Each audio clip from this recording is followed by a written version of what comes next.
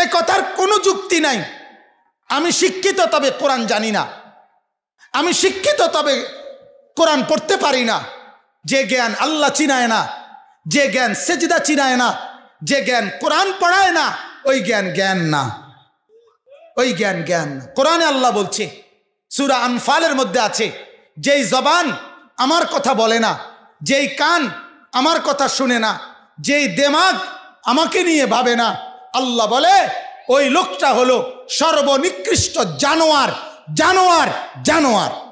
এই বাপ, তোমরা যারা সিজদা করো না, তোমরা বলো না বাজান, কেন আল্লাহর সাথে রাগ করলা? কেন আল্লাহর সাথে রাগ করলা? কেন আল্লাহর সাথে নারাজ হইলা? কেন সিজদা কপালে জুটলো না? কেন মালিকের সাথে সারাদিনের এত কিছুর বিনিময়ে আল্লাহ তাআলা একটা মিস কল দিলে, 2 সেকেন্ডের একটা মিস কল দিলে বন্ধু তুমি টের পাও তোমার মোবাইলে মিস কল আসছে।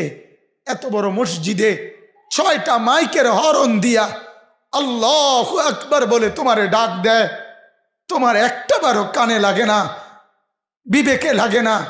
তোর মতো শক্ত ডাকাত, তোর মতো পাষাণ বেটা আর কে হইতে পারে? বেটা কথা বলেন না কেন?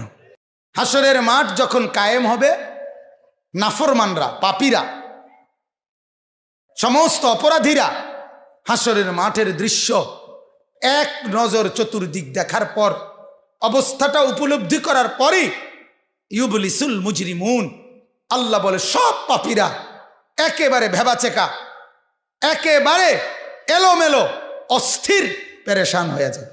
হায়, এখন কি হবে? এখন কি হবে?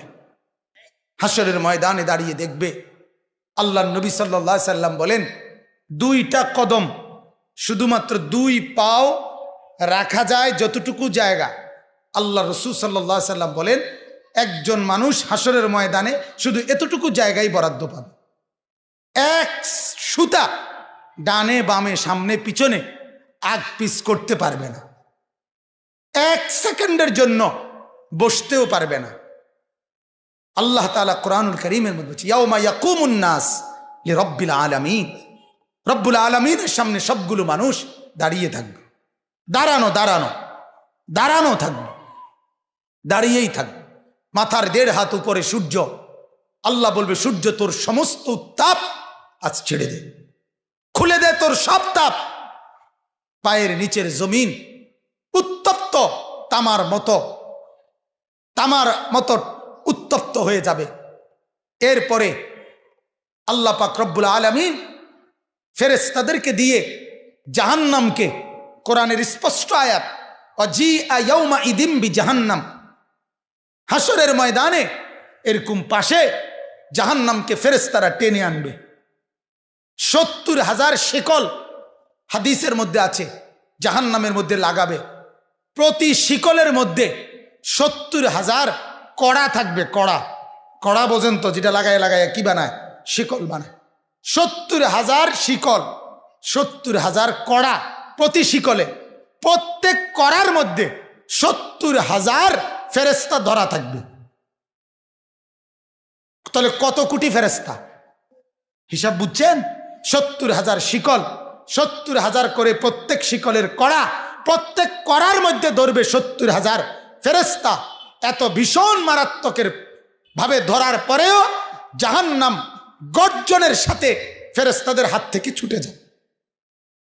আল্লাহ তাআলা বলেন, এই ভয়ঙ্কর দৃশ্য দেখার পরে গোটা হাসরের মাঠে পাপী নাফরমানরা নিরাশ হয়ে যাবে, পেরেশান হয়ে যাবে।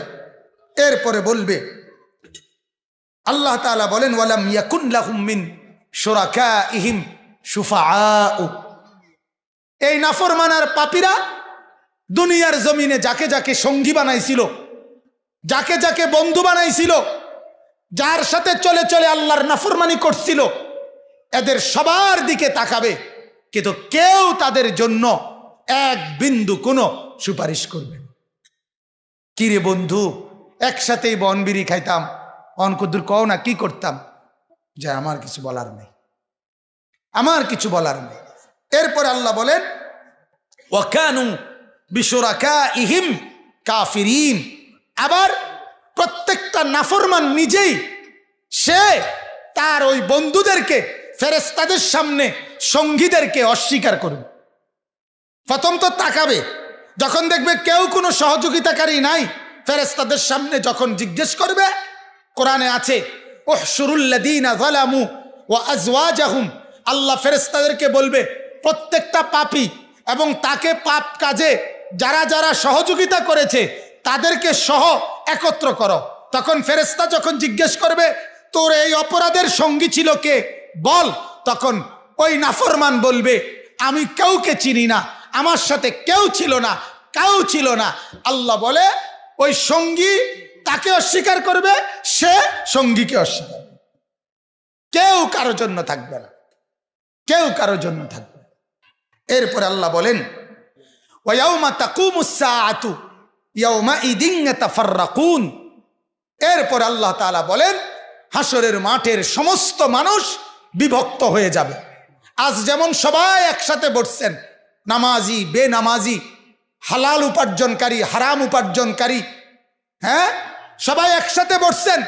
আল্লাহ তাআলা বলেন সেদিন সমস্ত মানুষ বিভক্ত হয়ে যাবে। ফাআম্মাল্লাযীনা আমানু ওয়া আমিলুস সালিহাত ফাহুম ফি রাউদাতিন ইউহবারুন। যারা ঈমান আর নেক আমলওয়ালা হবে তারা জান্নাতের আরাম আর আয়েশের মধ্যে, জান্নাতের সুখের মধ্যে ভাসতে থাকবে।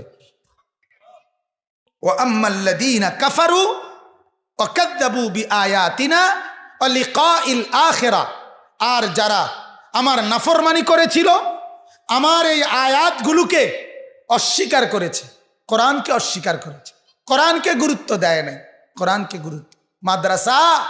মাদ্রাসা আপনার কোরআন পড়ায়। আমি সব সময় বলি কোরআন শুধু একটা বিষয়ের নাম না, বাংলা অঙ্ক ইংরেজি পদার্থ জীববিজ্ঞানের মতো এটাও একটা বিষয় না। না, বাংলা অঙ্ক ইংরেজির কোনো বিষয় আপনার জীবনে থাকুক বা না থাকুক, আল্লাহর কসম ঈমানের পরিচয়ের কারণে এই কোরআনের পরিচয় আপনার সাথে থাকতেই হবে। কথাটা বুঝছেন কিনা আমার?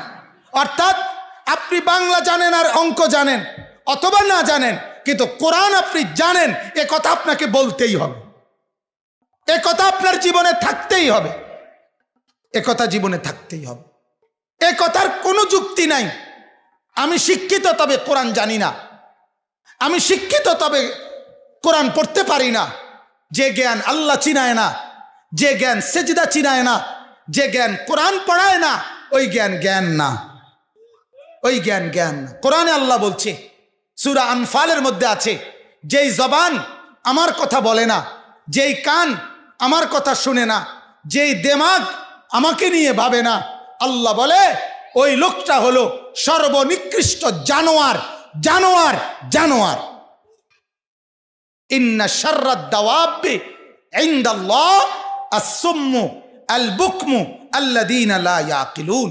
আল্লাহ বলে সর্বনিকৃষ্ট জানোয়ার আমি আল্লাহর নিকটে সে যে আমার কথা বলে না, আমার কথা শুনে না, আমার কথা ভাবে না। কেন কোরআন বাদ দিলাম? আপনারা যারা জীবন থেকে নিজের জীবন, ছেলের জীবন, মেয়ের জীবন, স্ত্রীর জীবন থেকে যারা এই কোরআন বাদ দিলেন, কেন বাদ দিলেন? কোন যুক্তিতে বাদ দিলেন? আরেকবার বিবেককে প্রশ্ন করিয়েন, কি কারণ হইতে পারে? মালিকের এই কোরআনের অপরাধটা কি?